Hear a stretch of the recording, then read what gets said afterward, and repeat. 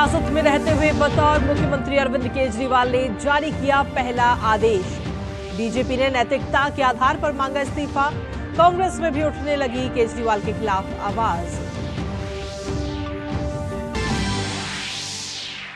भाजपा ने इंडी गठबंधन पर जमकर बोला हमला। कहा यूपीए का नाम बदला पर आचरण नहीं।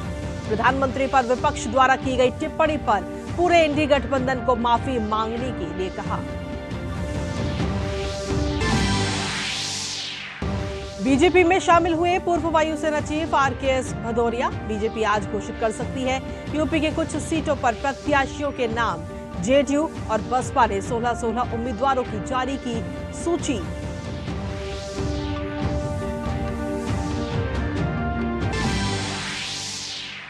धार के भोजशाला का विवाद सुलझाने के लिए आज तीसरे दिन भी एएसआई का सर्वे जारी।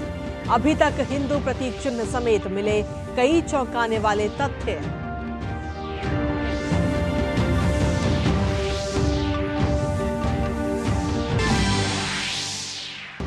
रक्षा मंत्री राजनाथ सिंह ने लेह में सशस्त्र बलों के साथ मनाई होली। जवानों का बढ़ाया हौसला। कहा आज अपने परिवार के बीच आया हूं।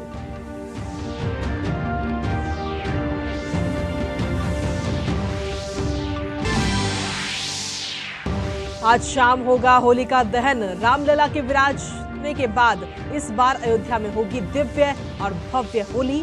बाजार में मोदी पिचकारी की जबरदस्त डिमांड।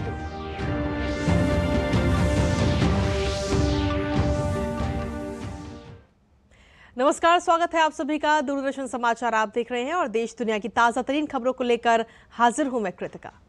दिल्ली के मुख्यमंत्री अरविंद केजरीवाल को लेकर सियासत लगातार तेज होती जा रही है। आज उन्होंने ईडी की कस्टडी से पहला सरकारी आदेश जारी किया है जो जल विभाग से जुड़ा हुआ है। यानी नैतिकता की दुहाई देने वाले केजरीवाल ईडी की हिरासत में रहते हुए भी सरकार का कामकाज देख रहे हैं। इस बारे में दिल्ली के जल मंत्री आतिशी ने एक प्रेस वार्ता के जरिए जानकारी साझा की। उन्होंने जल विभाग के लिए केजरीवाल द्वारा भेजे गए नोट को पढ़ा। अरविंद केजरीवाल ने नोट लिखकर जल मंत्री आतिशी को पानी और सीवर की समस्या के समाधान के लिए मुख्य सचिव समेत अन्य अधिकारियों को उचित आदेश देने के लिए कहा है।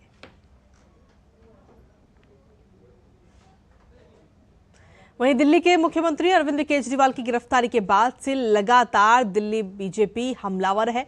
दिल्ली बीजेपी अरविंद केजरीवाल के इस्तीफे की मांग कर रही है। आज दिल्ली बीजेपी ने अरविंद केजरीवाल के खिलाफ विरोध प्रदर्शन किया।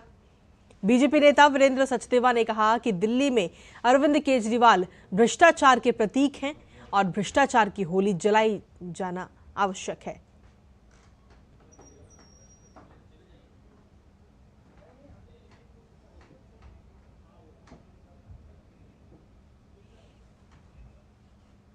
भ्रष्टाचार मुक्त शासन मिले, दिल्ली को भ्रष्टाचार मुक्त तंत्र मिले, उसके लिए जरूरी है कि उस भ्रष्टाचार की होली जलाई जाए। और भ्रष्टाचार के प्रतीक अरविंद केजरीवाल हैं दिल्ली में, और दिल्ली को एक ऐसा शासन मिलना चाहिए जो भ्रष्टाचार से मुक्त हो। उसके लिए आज हमने भ्रष्टाचार की होली का दहन किया है।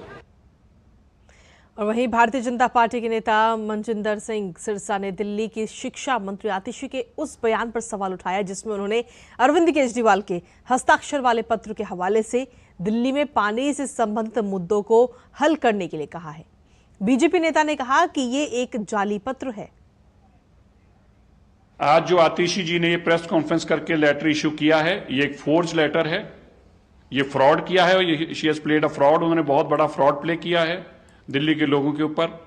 ये कहना कि अरविंद केजरीवाल जी कह रहे हैं कि दिल्ली के अंदर उनको पता चला। कब पता चला? जब ईडी की कस्टडी में। 9 साल तक नहीं पता चला। और ये कहना कि हमें उन्होंने ऑर्डर दिया है। अरविंद केजरीवाल जी मुख्यमंत्री ईडी की कस्टडी में हैं। मैं आतिशी जी को और आम आदमी पार्टी को बताना चाहता हूं, ये चीफ मिनिस्टर का ऑफिस है। कोई आपकी शराब का दुकान नहीं है कि जब दिल किया किसी को बोतल निकाल कर दे दी, जिस भाव ने दिल किया उसमें बेच दी। चीफ मिनिस्टर के ऑफिस एक्ट और कानून के तहत चलता है, संविधान के तहत चलता है। चीफ मिनिस्टर ईडी कस्टडी में है। वो अपनी मर्जी से कोई ऑर्डर नहीं पास कर सकते जब तक कोर्ट से उनको परमिशन ना हो। और वहीं मनजिंदर सिंह सिरसा ने कहा कि ईडी की हिरासत में होने के बावजूद अरविंद केजरीवाल कैसे पत्र लिख सकते हैं। ईडी की हिरासत में होने पर वो बिना कोर्ट की अनुमति कुछ भी नहीं कर सकते। उन्होंने पत्र लिखने वाले, साइन करने वाले और ड्राफ्ट करने वाले समेत इस पत्र से जुड़े सभी पहलुओं की जांच की भी मांग की है। केजरीवाल जी के एब्सेंस में, चीफ मिनिस्टर के एब्सेंस में ये दफ्तर किसने इस्तेमाल किया? ऑफिशियल लेटर जिस पे लिखा है office of the chief minister, government of NCT of Delhi, ये किसने इशू की? ये लेटर ड्राफ्ट करने की हिदायत किसने दी? ये लेटर ड्राफ्ट किसने की? ये लेटर टाइप किसने की? और ये लेटर इशू किसने की? किस पर्पज से की? ये सारी बातें जो हैं ये बहुत इंक्वायरी का और क्रिमिनल एक कॉन्स्पिरेसी का हिस्सा है। इसलिए वहीं भाजपा नेता मनोज तिवारी ने दिल्ली की मंत्री आतिशी की प्रेस वार्ता पर कहा कि केजरीवाल को 9 साल के बाद दिल्ली में पानी और सीवर की समस्या समझ में आ रही है। साथ ही उन्होंने कहा कि मुजरिम के तौर पर केजरीवाल की स्क्रिप्ट को सुनने वाली नहीं है। घरों में गंदा पानी आ रहा है पीने के नल में, या कहीं अगर एक झुग्गी में भी है तो उसके पानी की क्वालिटी को आप पी नहीं सकते, पीते हैं तो बीमार होते हैं। और ये तब समझ में आता है जब आप जेल में जाते हैं। ये तब समझ में आता है जब पूरी दिल्ली की जनता का रोष आपको पता चलता है, वो भी कितने साल बाद? 9 साल बाद। आपको 9 साल बाद पता चलता है कि दिल्ली का पानी और सीवर गड़बड़ है। अभी आपको याद आएगा कि बुजुर्गों के पेंशन ना देने की हाय क्या होती है। अभी आपको याद आएगा गरीबों का राशन कार्ड न बनाने का हाय क्या होता है। ये सब कुछ आपको समझ में आएगा, लेकिन 9 साल बाद बहुत देर हो चुकी है। अरविंद केजरीवाल जी, एक मुजरिम के रूप में जब आप गए, जेल के अंदर हैं, एक स्क्रिप्ट निकल के आ रही है, अब दिल्ली उसको सुनने वाली नहीं है। और वहीं दिल्ली में इंडी गठबंधन ने प्रेस वार्ता की। इस प्रेस वार्ता को संबोधित करते हुए दिल्ली सरकार में मंत्री गोपाल राय ने एक बार फिर से अरविंद केजरीवाल की गिरफ्तारी का मुद्दा इसमें उठाया। गोपाल राय ने कहा कि अरविंद केजरीवाल की गिरफ्तारी से विपक्ष में आक्रोश है। अरविंद केजरीवाल जी को जिस तरह से गिरफ्तार किया है, आज पूरे देश के अंदर सभी लोगों के दिलों में आक्रोश है। जब से अरविंद केजरीवाल जी की गिरफ्तारी हुई है, पूरा विपक्ष एकजुट होकर के इस तानाशाही के खिलाफ खड़ा हुआ है। दिल्ली की सड़कों पर, देश की राजधानियों में, अलग अलग हिस्सों में लगातार विरोध प्रदर्शन हो रहे हैं। केंद्रीय मंत्री अनुराग सिंह ठाकुर प्रधानमंत्री पर विपक्ष द्वारा की गई टिप्पणी पर जमकर बरसते हुए नजर आए।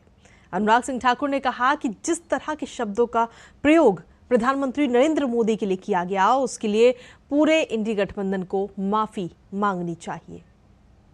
इनके एक ऐसे मंत्री ने अपनी पार्टी की महिला सांसद के सामने इतनी गंदी गाली निकालते हुए आपत्तिजनक भाषा में देश के प्रधानमंत्री और दुनिया के सर्वाधिक लोकप्रिय नेता के बारे में जो टिप्पणी की, जो शब्दों का प्रयोग किया, उसकी जितनी निंदा की जाए उतनी कम है। लोकतंत्र में ऐसी भाषा के लिए कोई स्थान नहीं है।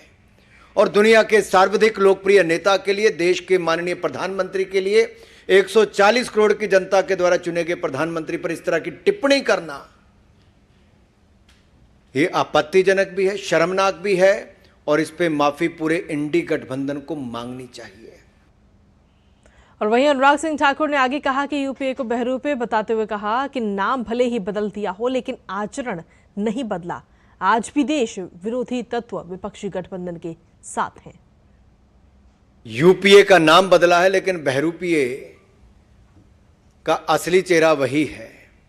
नफरत की दुकान, सिर फोड़ने का सामान, टुकड़े टुकड़े गैंग, ये सब इनके साथ है, जो मोदी जी को गाली के बाद गाली निकालते हैं, लेकिन जनता के मन में मोदी जी के प्रति प्यार ही प्यार है। और वहीं पंजाब सरकार पर भी अनुराग सिंह ठाकुर ने जमकर हमला बोला। मुख्यमंत्री भगवंत मान और अरविंद केजरीवाल पर नशे के व्यापारियों को संरक्षण देने का भी आरोप उन्होंने लगाया। कल तक जो रिमोट कंट्रोल वाली सरकार कही जाती थी पंजाब से चलने वाली, वो पंजाब के मुख्यमंत्री भी दिल्ली आ गए। अपने राज्य में, अपने जिला में 21 लोग शराब पी के मर गए, नकली शराब पी के। ये दिखता है पंजाब की सरकार सोई है। पंजाब की सरकार में नशों के व्यापारियों को संरक्षण मिल रहा है।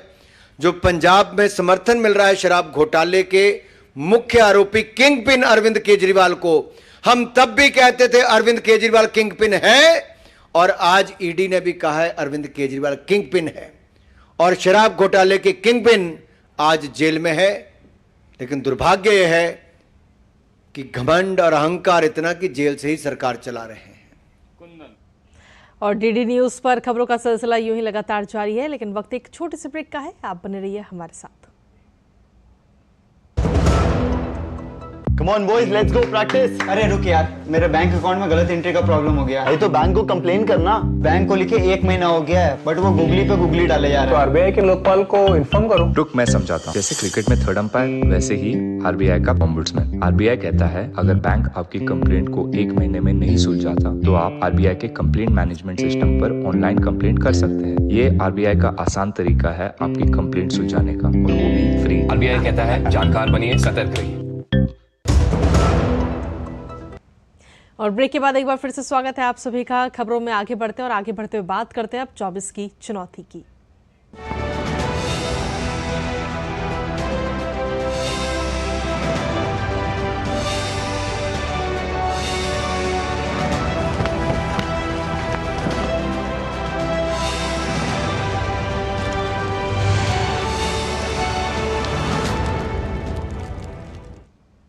लोकसभा चुनाव के लिए बसपा ने उत्तर प्रदेश में प्रत्याशियों की पहली लिस्ट जारी कर दी है, और इस लिस्ट में रामपुर और पीलीभीत समेत 16 सीटों पर प्रत्याशियों के नामों का ऐलान किया गया है। बसपा ने सहारनपुर से माजिद अली, कैराना से श्रीपाल सिंह को टिकट दिया है। वहीं मुजफ्फरनगर से दारा सिंह प्रजापति, बिजनौर से विजेंद्र सिंह, नगीना से सुरेंद्रपाल सिंह, मुरादाबाद से मोहम्मद इरफान सैफी को प्रत्याशी बनाया गया है। इसके अलावा रामपुर से जीशान खान, संभल से शौकत अली, अमरोहा से मुजाहिद हुसैन, मेरठ से देवव्रत त्यागी बसपा की तरफ से चुनावी मैदान में होंगे। वहीं बागपत से प्रवीण बंसल, गौतम बुद्ध नगर से राजेंद्र सिंह सोलंकी, बुलंदशहर से गिरीश चंद्र जाटव, आंवला से आबिद अली को टिकट दिया गया। तो वहीं पीलीभीत से अनीस अहमद उर्फ फूल बाबू और शाहजहांपुर से डॉक्टर दोतराम वर्मा को प्रत्याशी घोषित किया गया है। इसके अलावा जनता दल यूनाइटेड ने लोकसभा चुनाव के लिए 16 उम्मीदवारों के नामों की घोषणा की है। जेडीयू की इस लिस्ट में जिन लोगों को प्रत्याशी बनाया गया है उनमें 6 पिछड़ी जाति हैं, जबकि 5 अति पिछड़ी जातियों से संबंध रखते हैं। जेडीयू ने गोपालगंज से आलोक कुमार सुमन, सुपौल से दिलेश्वर कामत, मधेपुरा से दिनेश चंद्र यादव को टिकट दिया है। इसके अलावा भागलपुर से अजय कुमार मंडल, सिवान से विजय लक्ष्मी कुशवाहा, नालंदा से कौशलेंद्र कुमार को टिकट दिया गया। और इसके अलावा अगर देखा जाए तो किशनगंज से मुजाहिद आलम, जहानाबाद से चंदेश्वर प्रसाद चंद्रवंशी और मुंगेर से राजीव रंजन सिंह को टिकट दिया गया है जेडीयू की तरफ से। कटिहार से दुलाल चंद्र गोस्वामी, बांका से गिरधारी यादव, झंझारपुर से रामप्रीत मंडल को टिकट दिया गया। वहीं पूर्णिया से संतोष कुमार कुशवाहा और वाल्मीकि नगर से सुनील कुमार को टिकट दिया गया। शिवहर से लवली आनंद और सीतामढ़ी से देवेश चंद्र ठाकुर को अपना उम्मीदवार जेडीयू ने बनाया है। और वहीं जेडीएस नेता निखिल कुमारस्वामी ने बताया कि कार्यकर्ता चाहते हैं कि मांड्या सीट से एचडी कुमारस्वामी से चुनाव लड़ें, लेकिन इस पर पार्टी सामूहिक रूप से फैसला लेगी। इससे पहले कर्नाटक में जेडीएस और भाजपा के बीच सीट बंटवारे को लेकर सहमति बन गई थी। निखिल कुमारस्वामी ने बताया कि भाजपा राज्य की 28 सीटों में से 3 सीटें मांड्या, हासन और कोलार सीटें जेडीएस के लिए छोड़ेगी। Lately, 3 Lok Sabha constituencies have been announced yesterday. So we have got Hassan, Kolar and Mandya as expected. So regarding this, I think we have had many interactions with our party cadre and our leaders. Everybody's opinion is that former Chief Minister Sri H.D. Kumaraswamy ji should contest from Mandya. That is what the opinion is, as you are seeing. But I think the right person to take this call is our party national president H.D. Devegowda ji and Kumaraswamy ji. और वहीं महाराष्ट्र में महाविकास अघाड़ी को बड़ा झटका लगा है। वंचित बहुजन अघाड़ी प्रमुख प्रकाश अंबेडकर ने गठबंधन पर निर्णय लेने के लिए एमवीए को 3 दिन का अल्टीमेटम दिया है। उन्होंने कहा कि वो 26 मार्च तक एमवीए का इंतजार करेंगे, जिसके बाद वो अपना फैसला लेंगे। उन्होंने 1 साल से ज्यादा समय पहले बनी शिवसेना से भी संबंध तोड़ने की घोषणा की है। उद्धव ठाकरे शिवसेना के सांसद संजय राउत ने कहा कि अंबेडकर को एमवीए गठबंधन में 4 सीटों का प्रस्ताव दिया गया था, लेकिन प्रकाश अंबेडकर ने कहा कि उन्हें केवल 3 सीटों की पेशकश की गई थी, जिसे उन्होंने लेने से इनकार कर दिया। ऐसे में महाविकास अघाड़ी के राज्य में मुश्किल बढ़ती हुई नजर आ रही है। तमिलनाडु में एनडीए सहयोगी अम्मा मक्कल सुनेत्रु कड़गम यानी एएमएमके ने 2 सीटों पर उम्मीदवारों के नामों का ऐलान किया है। पार्टी महासचिव टीटीवी दिनाकरण ने आज उम्मीदवारों के नामों की घोषणा की। एनडीए गठबंधन में एएमएमके 2 सीटों पर चुनाव लड़ेगी। यहां टीटीवी दिनाकरण थैनी लोकसभा सीट से, जबकि सेंथिलनाथन त्रिची लोकसभा सीट से चुनाव लड़ेंगे। उन्हें पूरा भरोसा है कि दोनों अपनी अपनी सीट पर जीत दर्ज करेंगे। भारतीय जनता पार्टी ने 20 मार्च को आगामी लोकसभा चुनाव के लिए राष्ट्रीय जनतांत्रिक गठबंधन यानी एनडीए के तहत एएमएमके को तमिलनाडु में 2 सीटें आवंटित की थीं। सीट शेयरिंग पर सहमति बनते ही दोनों के गठबंधन पर मुहर लग गई थी। वहीं लोकसभा चुनाव से पहले भाजपा और एनडीए का कुनबा लगातार बढ़ता नजर आ रहा है और इसी कड़ी में आज पूर्व भारतीय वायुसेना प्रमुख air chief marshal RKS Bhadauria और तिरुपति से पूर्व सांसद वर प्रसाद राव भाजपा में शामिल हो गए। पूर्व भारतीय वायुसेना प्रमुख air chief marshal RKS Bhadauria ने कहा कि बीते 1 दशक में प्रधानमंत्री के दूरदर्शी नेतृत्व के तहत भारतीय सेनाओं को सशक्त और आत्मनिर्भर बनाने की दिशा में बेहद अहम कदम उठाए गए हैं। मैं बहुत भाग्यशाली रहा हूँ कि अपनी ज़िंदगी के 40 साल से ऊपर समय भारतीय वायुसेना में देश के लिए काम कर पाया और इस दौरान आई थिंक सबसे ज़्यादा स्वर्णिम समय वो रहा है जो कि पिछले मेरी सर्विस के अंत में 8-10 साल में जो इस गवर्नमेंट के पार्टी के नेतृत्व में जो कार्य और कठोर कदम उठाए गए भारतीय सेनाओं को सशक्त करने के लिए, आत्मनिर्भर करने के लिए, उससे हमारी सेनाओं में एक नया कैपेबिलिटी तो आई ही है।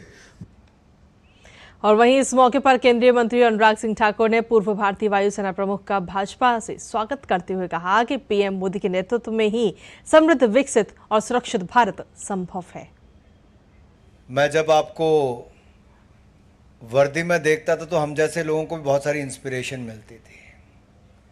मैं एक फौजी परिवार से आता हूं और देश के करोड़ों युवा एक सुरक्षित भारत की जब कल्पना करते हैं तो नरेंद्र मोदी जी की ओर बड़ी आकांक्षाओं और बड़ी अपेक्षा के साथ देखते हैं। और मैं कहना चाहता हूं, समृद्ध भारत, सुरक्षित भारत और विकसित भारत ये नरेंद्र मोदी जी के नेतृत्व में ही संभव है। और ये विकसित भारत 2047 की जो कल्पना है वो सुरक्षित भारत होगा तभी विकसित हो सकता है। सुरक्षित बनाने के लिए आप जैसे अधिकारियों ने लंबे समय तक अपनी सेवाएं दी हैं।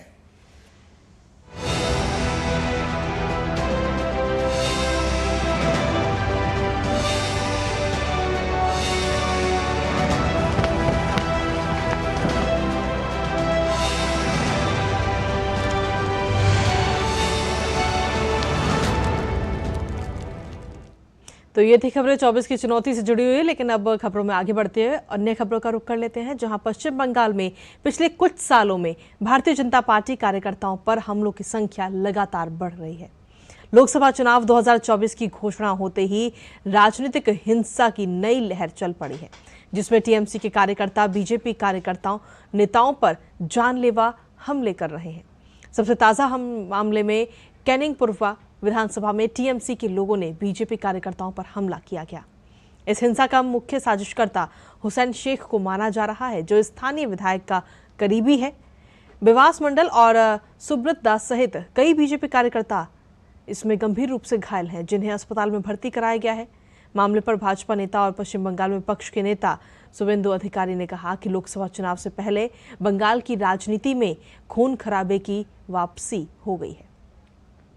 शुभेंदु अधिकारी ने चुनाव आयोग से कार्रवाई करने की मांग की है। शुभेंदु अधिकारी ने हुसैन शेख की गिरफ्तारी की भी मांग की है। अपने सोशल मीडिया प्लेटफॉर्म एक्स पर शुभेंदु अधिकारी ने इससे जुड़ा हुआ एक वीडियो शेयर करते हुए पश्चिम बंगाल सरकार पर सीधा निशाना साधा। वहीं राष्ट्रपति द्रौपदी मुर्मू के खिलाफ केरल सरकार द्वारा सुप्रीम कोर्ट में याचिका दायर करने पर केंद्रीय मंत्री वी मुरलीधरन ने कहा कि ऐसा पहली बार हुआ है और ये दलित और महिला राष्ट्रपति के खिलाफ लेफ्ट का पॉलिटिकल एजेंडा है। This is the first time that the President of India is dragged to the Supreme Court by a state government. It's pure political vendetta against a Dalit president, a Dalit woman who became for the first time in the history of the country the President of India. The leftists have always been against women and the Dalits. We have ample experience of that in Kerala. और चलिए bulletin में आगे बढ़ते हुए बात करते हैं होली के विविध रंगों की।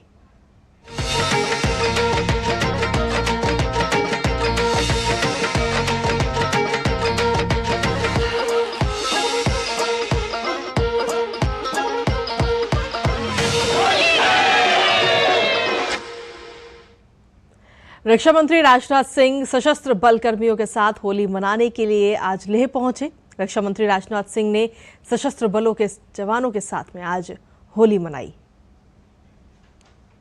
रक्षा मंत्री राजनाथ सिंह ने लेह में देश की सुरक्षा में लगे जवानों को नमन किया। उन्होंने कहा कि लेह भारतीय संप्रभुता का प्रतीक है।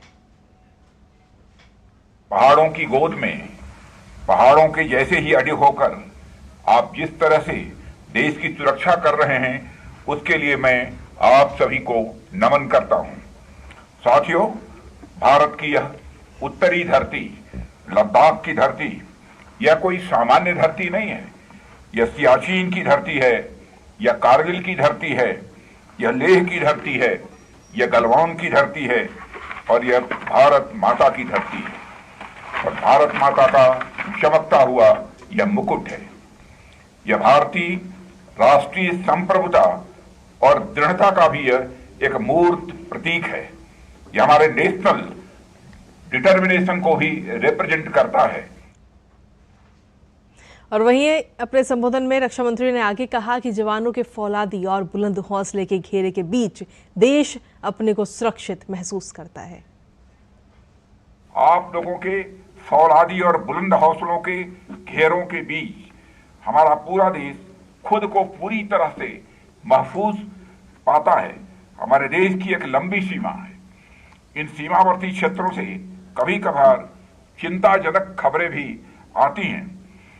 इन खबरों के बावजूद आपको मालूम है कि आपका देश एक खुशहाल भरी जिंदगी जी रहा है और लगातार यह हमारा देश आगे बढ़ रहा है। स्कूल हो या अस्पताल, मंदिर हो या मस्जिद या कारखाने, ऑफिस दफ्तर हों या दुकान, सब अपनी अपनी गतिविधियों में पूरी तरह से व्यस्त हैं, मस्त हैं, क्योंकि सीमा पर आप जैसे बहादुर जवान मुस्तैद हैं। दिल्ली की चांदनी चौक सीट से भाजपा उम्मीदवार प्रवीण खंडेलवाल, वर्तमान सांसद डॉक्टर हर्षवर्धन और केंद्रीय मंत्री स्मृति ईरानी ने भाजपा कार्यकर्ताओं के साथ होली मिलन समारोह में हिस्सा लिया। इस अवसर पर सांस्कृतिक कार्यक्रम का भी आयोजन किया गया।